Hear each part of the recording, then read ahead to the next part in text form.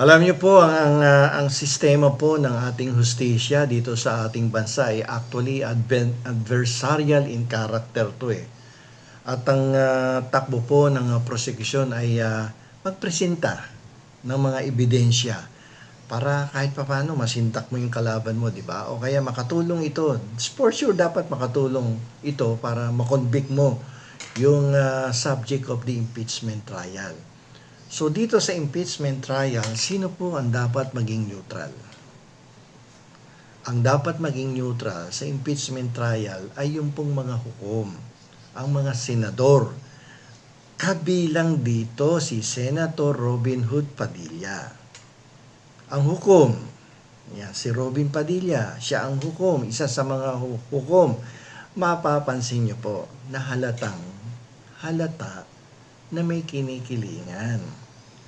Samantalang pinapagalitan niya ang prosecution dahil ginagawa lang nila ang trabaho nilang maging panig sa demanda.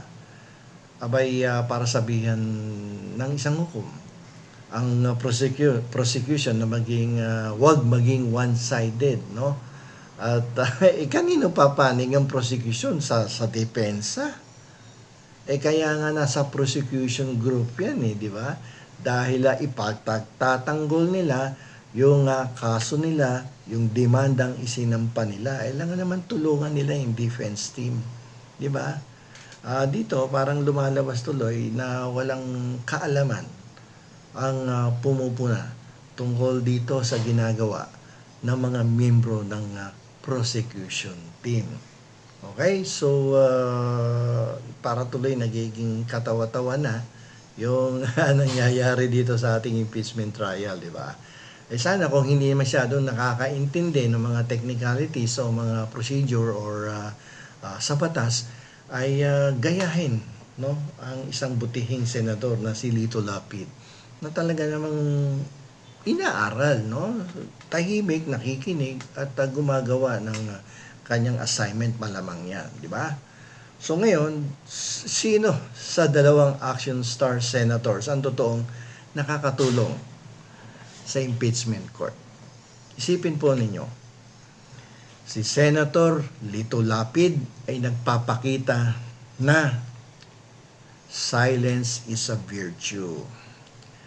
Kapag hindi mo linya ang batas, ang pinakamagandang tulong mo sa bansa ay ang makinig ng maigi, huwag mag-grandstand, at gumawa ng tamang husga batay sa factual findings.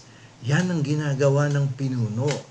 Ang sabi ko nga kanina, malaking tulong to, itong kanyang pagpapakita ng ganitong klaseng behavior sa loob ng impeachment trial court, sapagkat tumutulong siyang mapabilis ang impeachment trial, no, at maging epektibo, hindi yung may epal mayat maya, di ba?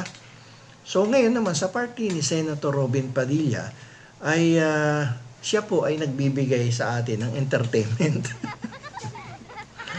Mga metaphors tungkol sa mga langaw at kalabaw, ang ating pambansang, ano ba yung kalabaw natin? Pambansang hayop ba to?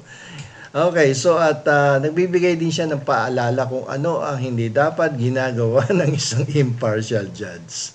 Okay? So sana po ay may natutunan kayo ngayon dito sa ating episode, at kung meron po kayong mga katanungan ay isulat lang po ninyo dito sa ibaba sa comment section, at kung wala naman po ay pakishare po itong video na to at malaman ng ibang mga tao, mga kaibigan at kakilala ninyo na kung ano dapat ang ikinikilos ng siyang makatarungang hukom. Maraming salamat po. Ito pong muli ang inyong lingkod, si Attorney Rene Bueno.